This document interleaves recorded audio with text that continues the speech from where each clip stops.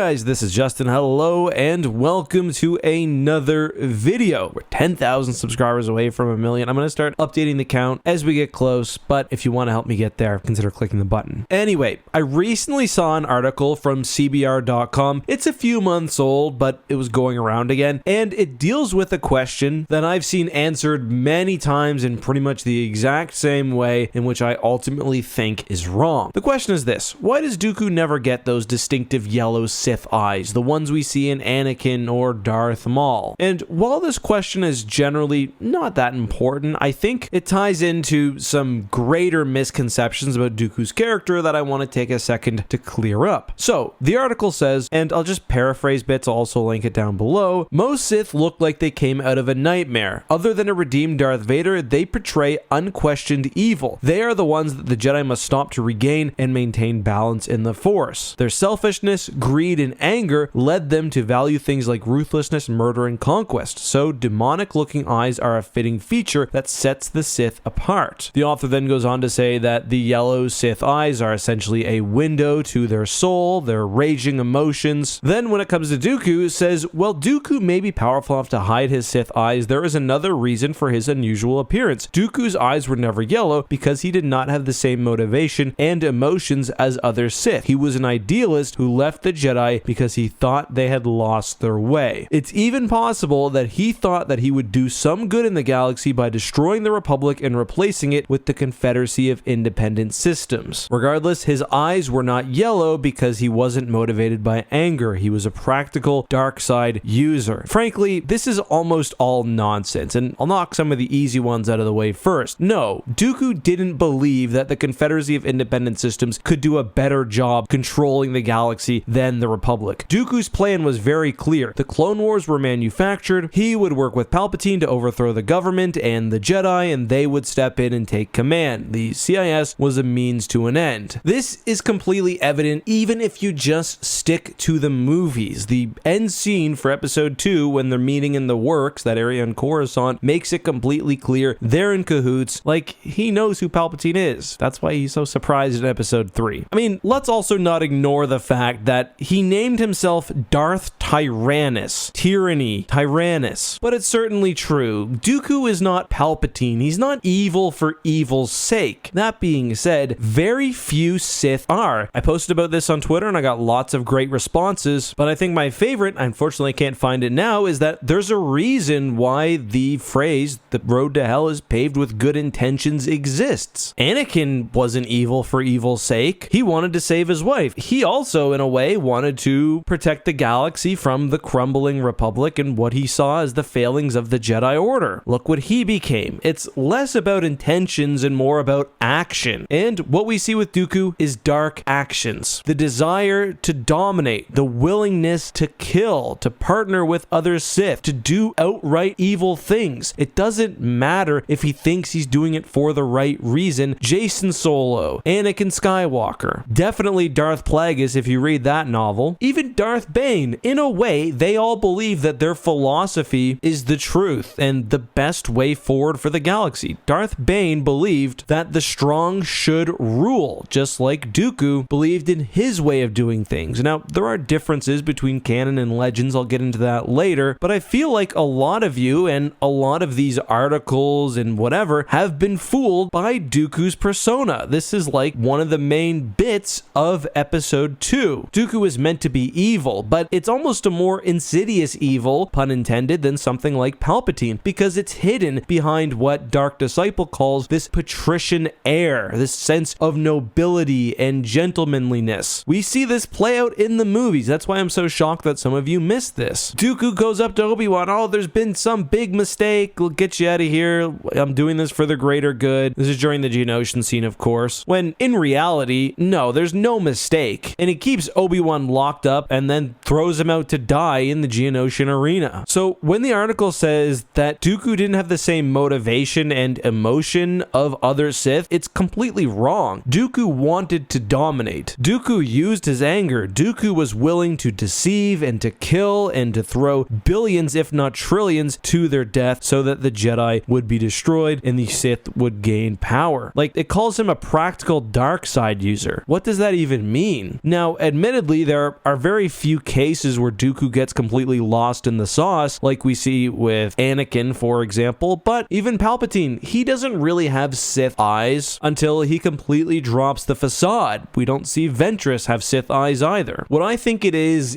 an individual completely losing themselves when it takes over. Like, even when Palpatine is fighting Maul and Savage, his eyes stay their normal color. In fact, some have pointed out that during the Clone Wars, there are moments where it looks like Dooku may have Sith eyes himself during moments of intense stress or use of the Force. The one that's most convincing to me, and that I think actually was intentional, is when he's fighting and training Savage Opress. He shoots Force lightning and his eyes look quite Sithy, and you can contrast that with how they look earlier in the scene, I think, for a pretty convincing argument. So it's always there for Dooku, and I don't know why, but the idea that he was some sort of noble person who just happened to use the dark side, it's just blatantly wrong. There's nothing in the films that supports this. There's nothing in the Clone Wars to support this. There's nothing in Tales of the Jedi that supports this. For example, he doesn't like some people dying, like Qui-Gon, but that's because he sees them as potential allies. He doesn't care about the average person, which again, very Sith-like behavior. If we're sticking just to the movies as well, I mean, he's the one who creates General Grievous and unleashes that cyborg monstrosity onto an unsuspecting galaxy. If we go deeper into canon and legends, well, there's a lot more. I mean, in the Clone Wars, the CIS is doing some sort of genocide or bioweapon testing every second or third episode, all at Dooku's command. He tortures, kidnaps, murders. Again, he plays it off like he's this nobleman, this guy with a heart of gold. That's a mask. That's meant to be the point. I'm rereading Dark Disciple right now. That novel opens with him destroying a convoy of refugee ships for no reason. He's so bad, so evil, that the Jedi Council actually wants him assassinated, which is also not super great for them. It's arguably even worse if you look at Star Wars Legends. The Revenge of the Sith novelization, which came out before the Clone Wars, really paints Dooku like an asshole who knew exactly what he was doing. I'll read a bit from this internal monologue. At war's end, the aliens would be crushed, stripped of their possessions, and their systems and their wealth would be given to the hands of the only beings who could be trusted with them, human beings. Dooku would serve an empire of man, and he would serve it as only he could, as he was born to. He would smash the Jedi Order to create it anew, not shackled by the corrupt, narcissistic, shabby little beings who call themselves politicians, but free to bring true authority and true peace to a galaxy that badly needed both. An order that would not negotiate, would not mediate, an order that would enforce. The survivor of the Jedi Order would become the Sith army, the fist of the Empire, and that fist would become a power beyond any Jedi's darkest dreams. Force-capable humans and near-humans had long refused to surrender their children to the lifelong bound servitude of the Jedi Order. They would not refuse the Sith army. They would not have the choice. Someone commented on my post about how, well, he doesn't want to kill Obi-Wan in that book. He doesn't want to kill Obi-Wan because he thinks he's potentially more powerful than Anakin. That's basically it. He also hates Anakin because he finds robot arms and cyborg bits disgusting. He also doesn't think much of Grievous, shockingly. He's also otherwise described as a sociopath, and yeah, that's part of his character. He's so good at manipulating people that even CBR.com writers are being fooled, and that's a long time ago in a galaxy far, far away. I do think that this is a good lesson generally about the Sith. Palpatine kind of paints our image of what they might be like, but Anakin really should remind us, again, I know I said this earlier, the path to hell is paved with good intentions. And generally, I think Dooku's intentions were even worse than Anakin's. I also don't think anyone who's not a Sith can shoot Force lightning. But those are my thoughts. Let me know yours down below.